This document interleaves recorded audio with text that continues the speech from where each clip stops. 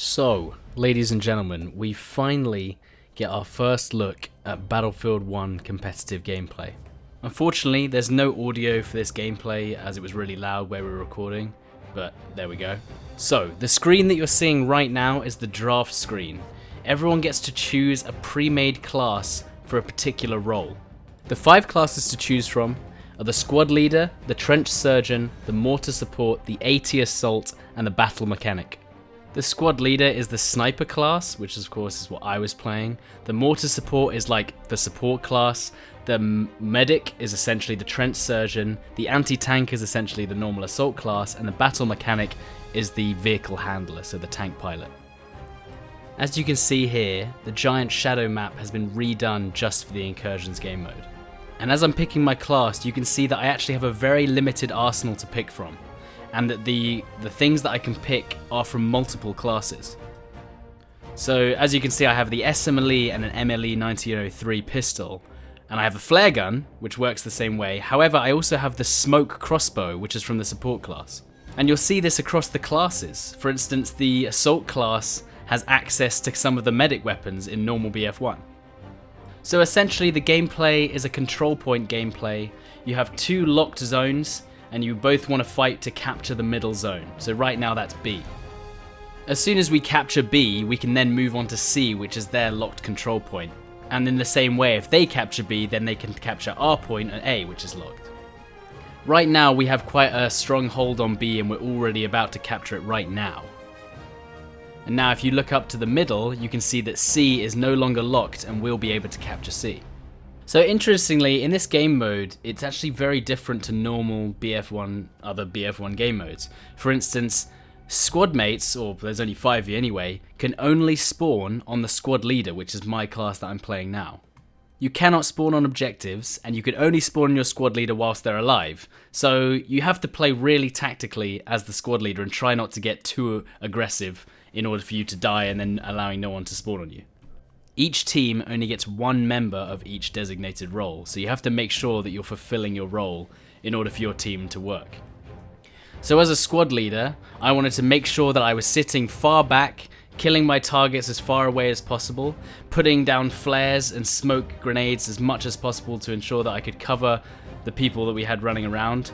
I mean, I could occasionally get more aggressive, but I tried to stay back and let other people push forward. One of the big elements of this game mode was trying to keep your vehicle alive, so keeping your tank alive. So the scout and the tank class would usually sit back and try and take out the other tank and other scout classes because they're probably the most important parts of the team to take care of. If you take out the enemy's scout, they can no longer spawn, giving you an opportunity to push. If you take out the enemy's tank, you destroy a lot of their defenses, leaving them vulnerable. As I said, the main way we were playing was the scout and the tank class would stay as far back as possible, and then the 3 other classes would spawn on me and continually barrage the enemy and be offensive. If you look in the bottom right above my ammo, you can also see that the perk system is in place as well. And as you gain points for your team, you then gain access to those extra perks, same as in normal BF1. These perks are class specific or role specific, so they'll help you in a way that your role was already doing anyway. As you can see below my kill feed, it says plus 15 XP for kill. So I'm gaining experience that will increase my progression through the perk system. So right now, we're really far pushed into their spawn. We're almost taking C. They're having a really hard time keeping us off their objective. At this point, I'm almost overextended, and to be honest, if I'd missed that shot, I probably would have died there, and I'm being surrounded by enemies. Luckily, as you can see from the map, I have a lot of teammates around me who are actually killing the enemies that are getting a bit too close, and they're basically keeping me alive and keeping me protected. So eventually we've taken C, we've taken down their vehicle a few minutes before, but of course you've got to watch out because eventually they're able to spawn back in that vehicle again, and that's where I make a mistake in being too far forward and I get killed by the tank. So now this gives them an opportunity to push because they've killed the Squad Leader, which means none of my teammates can spawn, and they have a chance to now push back from where they were previously held in their spawn. As I respawn back in, you see that they've taken back C, and now they're attempting to push B again. So this game mode is all about focusing the right targets in order to cripple the enemy's team and taking points when you have the opportunities. Right now at the top you'll see that we have 4 sets and the enemy has 0, and once we hit 5 sets the game will go to half time. When it reaches half time, the teams switch over sides, and that allows both teams to have an equal chance of trying each side if there was any kind of map balance issues. During the halftime screen it will show you exactly why you got the points that led up to you getting the sets. Sets are made up of 15 points, and in order to gain points you need to do specific actions within the game mode in order to unlock them. So for instance, holding the majority of points for a particular amount of time gives you a flag point as indicated by the flag icon. Killing an enemy gives you 1 whole point. So you'll see that I got 6 kills overall because 1 was an assist count as kill, but I got 5 confirmed kills and they were highlighted yellow. In order to win, you need to be the first team to reach 6 sets. Unfortunately the teams were a little unbalanced, so we didn't really let the other team have a chance to get a lot of points. But obviously I'm sure there'll be some sort of matchmaking, or the teams that you play against would end up being of the same skill. Overall, I had a fantastic time. I honestly wish that this game mode had been there on release. Like, I think it would have been like a super popular way to play the game. The matchmaking would have been able to show true skill in your teams. The tactical cooperation required means that everyone has to be on comms, letting people know where everyone is. The 5v5 format actually works, even on the larger maps. Games typically last between 15 and 25 minutes, roughly.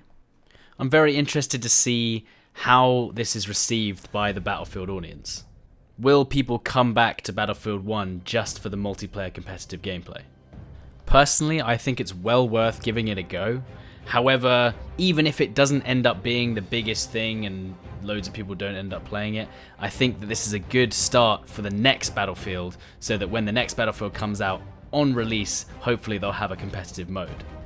This competitive mode has everything that I wanted from a Battlefield scene, you know, because I think a lot of people are just expecting infantry gameplay, but having the addition of a tank doesn't actually ruin the fun either. It's not too easy to use the tank and just take out an entire team. The tanks have to play really tactically, and they actually, a lot of the time, they can't get a lot of kills because if they push too far forward, their assault players will get them. If they stay too far back, they're not helping, and then their team gets wiped out by the other tank. It's really nice to see these roles being fulfilled, you know, and it's not just infantry. Everything gets a part. So in the end, we ended up winning 6 sets to 0. As I said, the teams were slightly unbalanced.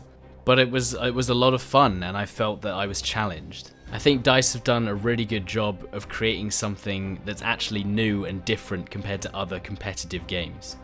I hope that I've explained this well enough in this video. I know there's quite a lot to cover, but I had a really good time, and hopefully I'll be streaming this in future. But thanks for watching.